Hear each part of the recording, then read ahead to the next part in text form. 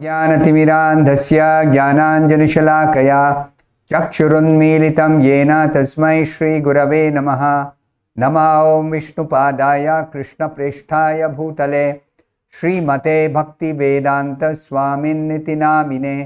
नमस्ते सारस्वते देवे गौरवाणी प्रचारिणे निर्विशेष शून्यवादी पाश्चात्यदेशतारिणे।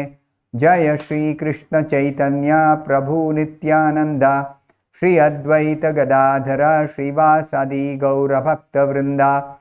हरे कृष्णा कृष्ण कृष्णा हरे हरे, हरे Ram Ram Ram Hare Hare. In this session we'll be discussing the 14th verse and the 15th verse of the first chapter of the first canto of Srimad-Bhagavatam. The 14th verse is as follows: Apannaha samsrutim ghoram yannama vivasho grinan tatas sadyo vimuccheta yad bibheti swayam bhayam.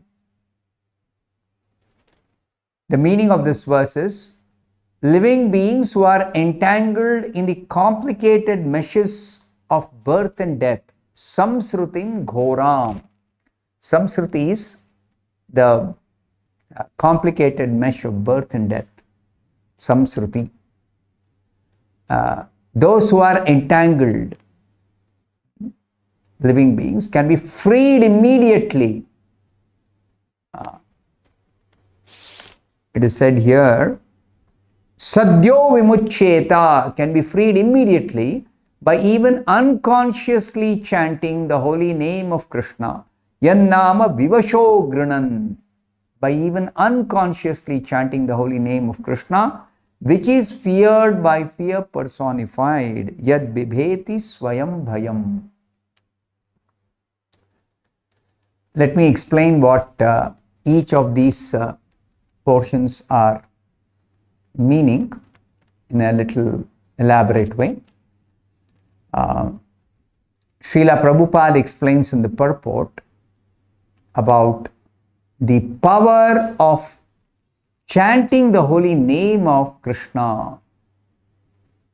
You see, Bhagavatam especially stresses this point and teaches us this, the importance of chanting the holy name of Krishna. And the power of chanting. What is the power of chanting the holy name of Krishna? So first of all, Prabhupada says, Vasudeva, or Lord Krishna, the absolute personality of Godhead, is the supreme controller of everything. There is nobody above him, nobody equal to him. Everybody is subordinate to him, and he is the controller of everyone and everything. The supreme. There is no one in creation who is not afraid of the rage of the Almighty. When Krishna becomes angry, everyone is afraid. Who are all afraid? Great asuras like Ravana, Hiranyakashipu, Kamsa, and others who are very powerful living entities. They became very, very powerful by some tapasya, by some amassing lot of support. They became very, very, very powerful. Surpassed the control of the devatas also in this world. But they were all killed by the personality of Godhead. In his incarnations, when the Supreme Lord appears, very, very easily, as a leela, as a pastime, he kills these powerful asuras. Very, very powerful asuras. And how powerful had they become? Hiranyakashipu, when he unfavorably raises his eyebrow, the demigods start trembling. The demigods start trembling of fear. Such a powerful Hiranyakashipu, when Lord Narasimha appeared, it was just a matter of few minutes, not even that. Immediately, Lord grabbed him and just placed him on his lap and tore apart his sinful body, which is feared by all the devatas. So, that is the power of the Almighty. Almighty. Nobody is as powerful as Him. So, when we understand what is the power of the Almighty Lord, then we should also understand the Almighty Vasudeva has empowered His name with the powers of His personal self. Whatever power He has got, the same power His name has got. His name, His personal name, His personal name. Now, the important understanding for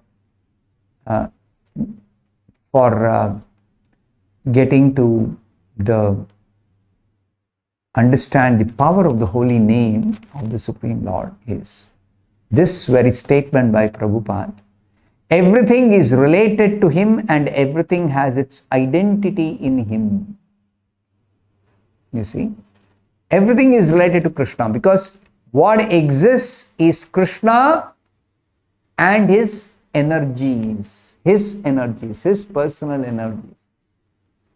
So, His energies are under His control, are related to Him. So, everything is a manifestation of His energies. His spiritual energy, His material energy, and His marginal energy. That's all. The whole thing is analyzed by the acharyas. They are explaining. Everything is related to Him. And everything has its identity in Him. Anything that exists, if it has got an identity, it is only because of its relationship with Krishna. Otherwise, nothing can exist. Nothing can exist in reality. Without its connection with Krishna, nothing exists. Everything is connected with Him. Everything is related with Him. So it is stated here that the name of Krishna is feared even by fear personified. What is this fear personified? When we feel fear, anybody feels fear in this world, that fear is imposed by Bhayamurti, fear personified. There's a person who brings about this feeling of fear in any living being, due to whatever reason.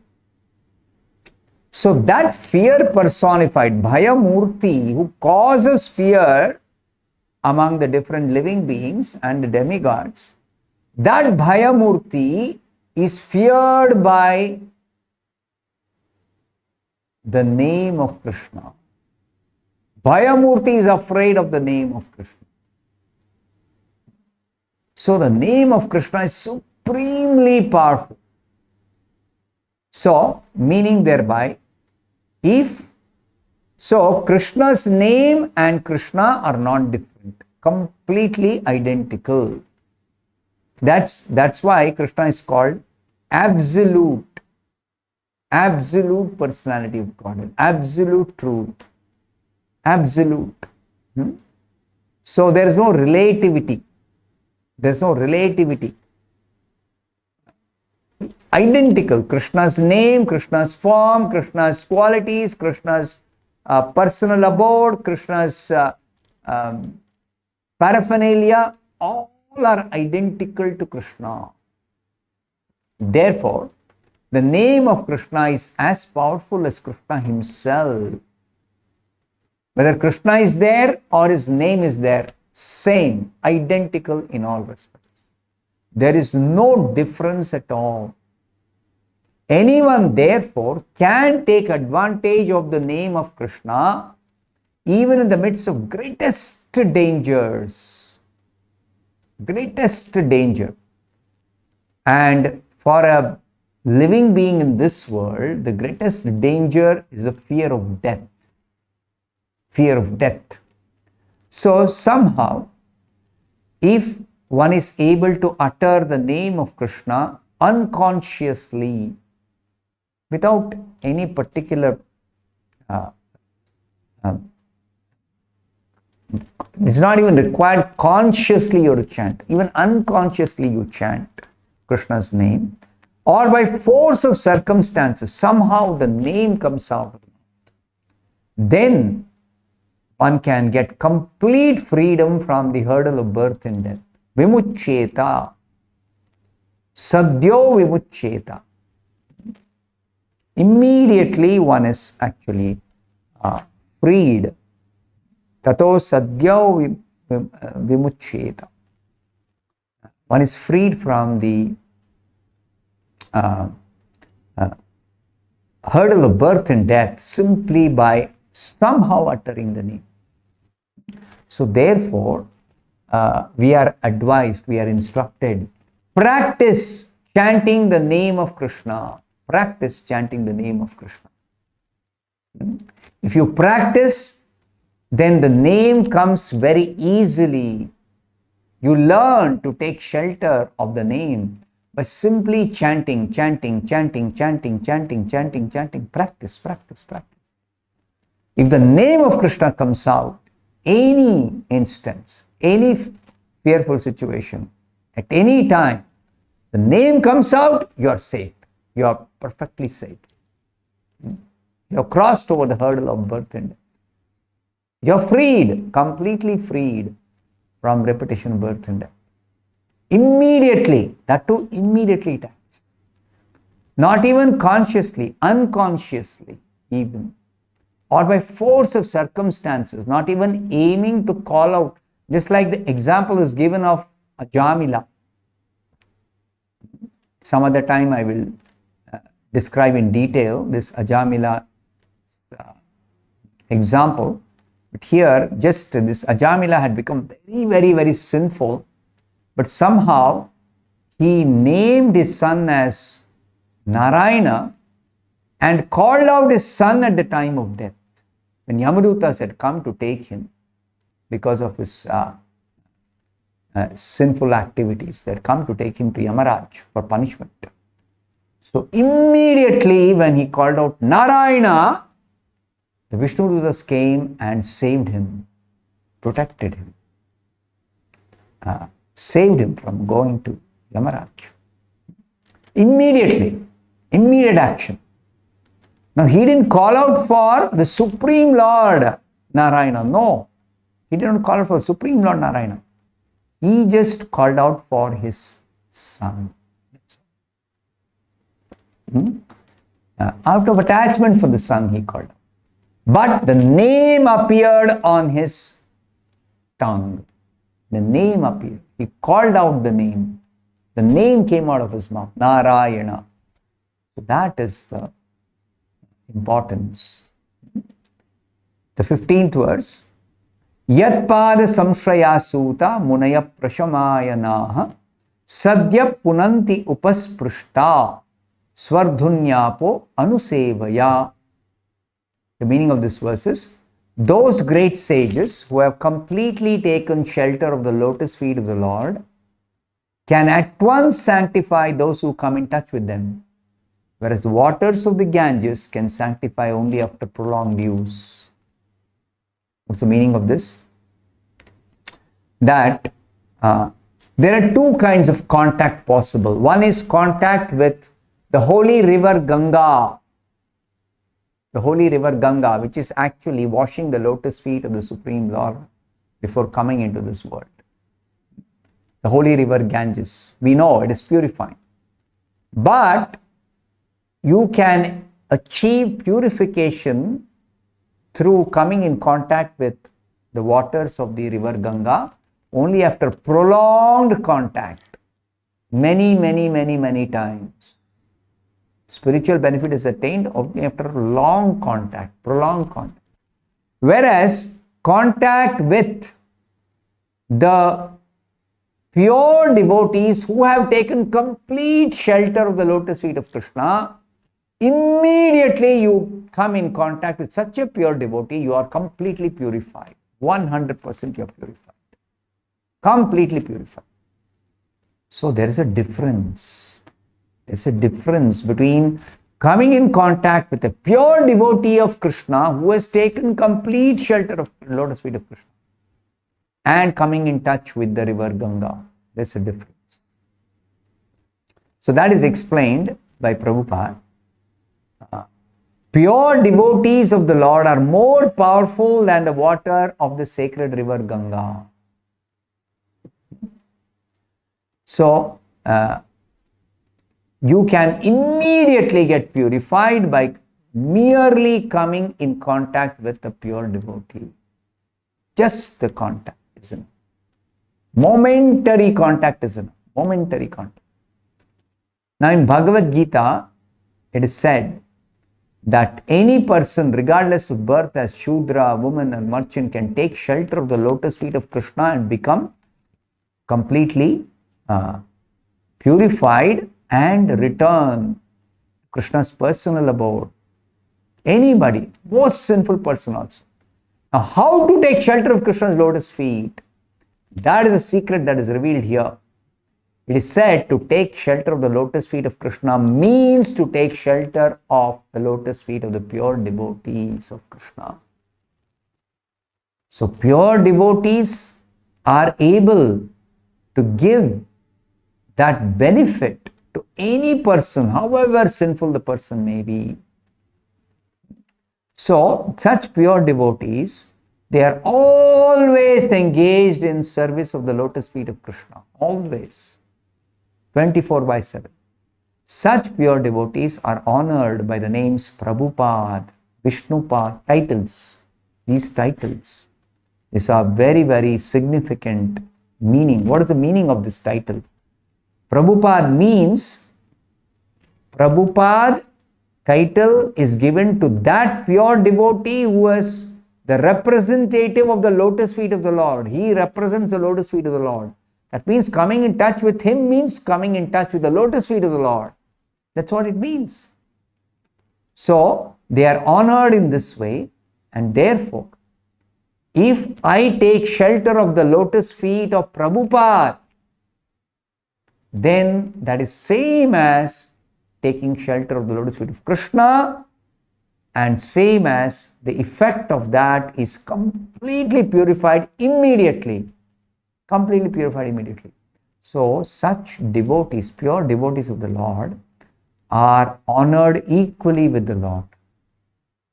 They have a very special position, being honored equally with the Lord, because they are engaged in this service.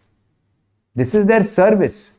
They come to this world and they deliver out of this world anyone who comes in contact with them. Anyone who comes in contact with them. Merely by contacting somehow or the other a pure devotee like Prabhupada. There are not too many devotees like Prabhupada. You have to come in touch with Prabhupada only.